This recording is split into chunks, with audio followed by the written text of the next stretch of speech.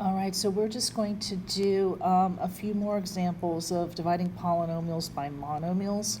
Again, I also totally encourage you to try them first, because we've already gone over this before you actually watch me do it. All right, so first thing we need to do is we need to go ahead and split up our fraction. So writing our polynomial,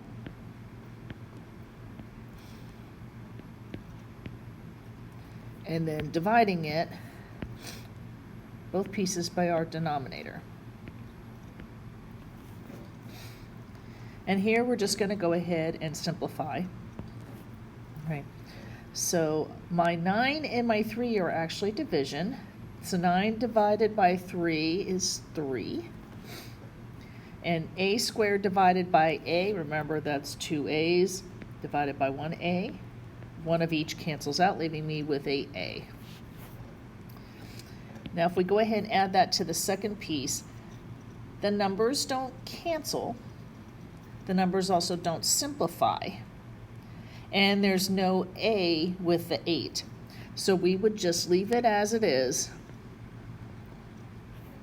And we are done. Please do not try to add the 3 a's together. Right, these are two different things. This 3a is in the numerator of a fraction. This one is not. You do not want to add them together. Leave them alone.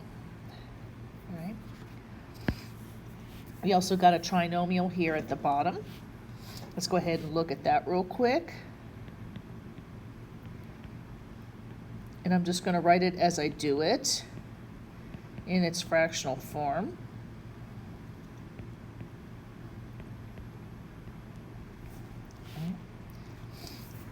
Now this one we have 6 divided by 3. So 6 divided by 3 is 2. And I have x's on the top and a's at the bottom. I can't do anything with that. All right. Same with the second piece, it doesn't simplify at all. The third piece, 9 divided by 3 is 3, so I have 3 over a. Sorry, that's minus. Okay, so if you have different letters in there, just work with what you have. Don't try to make it into something it isn't. All right. Which leads us to polynomials with two different variables. Okay, and this one, they didn't simplify because I purposely put different variables on the top than I did on the bottom. All right, now let's go ahead and look at these, and they look really long, but they are exactly the same thing. I'm going to start off, I got a's and b's on the top, I have a's and b's on the bottom. I'm going to still write each one of these out as fractions.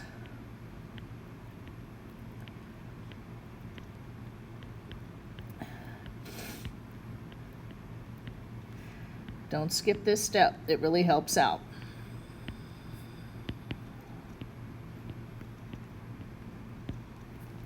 And I'm going to do the same thing. I'm going to simplify and just write whatever's left over. So my first one, my 3, has no number to cancel with, so I have a 3. And I'm going to start writing each of these as fractions, even though I may not need them in that form. That also helps a little bit. Okay. So my 3 goes on top. My a's, I have 3 on the top, 1 on the bottom, so a to the 3 minus 1 is a squared. My b has nobody to cancel with, so my b stays in the denominator. Looking at the next piece, my 9 has nobody to cancel out with, so my 9 stays on top. I have 2 a's in the numerator, 1a in the denominator, so my quotient rule says I could subtract. A to the 2 minus 1 is a to the first power, or just a. If you write first power, that's no big deal. And my b still has nobody to cancel out with, he's going to hang out. All right. Third piece, my 7 also has no number to cancel with. In this case, I have 1b in the top, 1b at the bottom. Those are going to cancel out. leaving me with that a in the denominator. Final piece here, there's no numbers involved. A doesn't cancel out with anybody. He's going to stay in the denominator.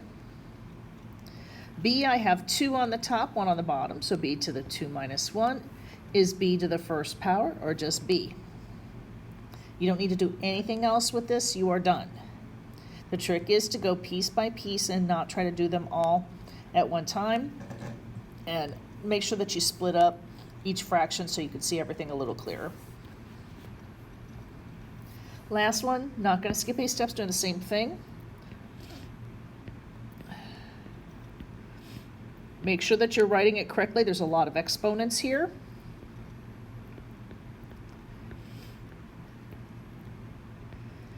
So when there's a lot of exponents, be really, really careful when you write it out.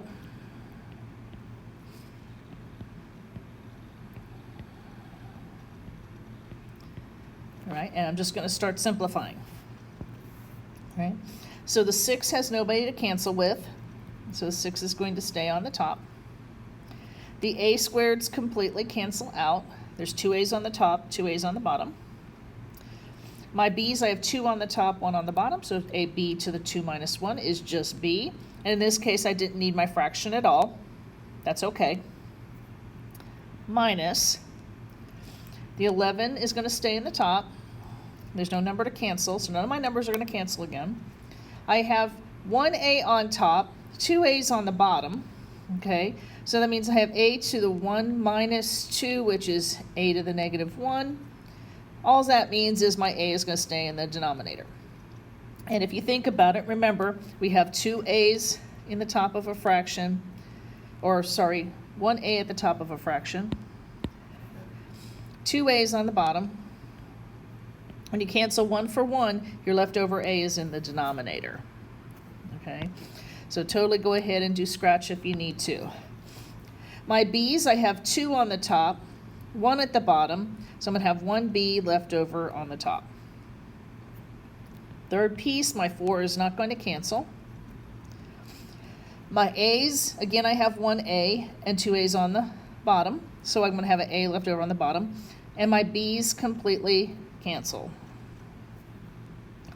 Last piece, my a's cancel, my b's cancel. Remember, when everything cancels out, it's the same as if we have a number over a number. This is going to equal 1. So you should still have 4 pieces if you start off with 4 pieces in your numerator. All right. I'm going to do one challenge problem. You don't have any of these in your classwork, but let's go ahead and look at this possibility. All right, it's possible it could be a bonus question. You don't normally see them in this form, but I don't want to do too much with something called complex fractions. So we're going to look at a negative exponent one. All right, I'm still going to split it up, and I'm not going to make my exponent positive in this case. And you're going to see why in a second.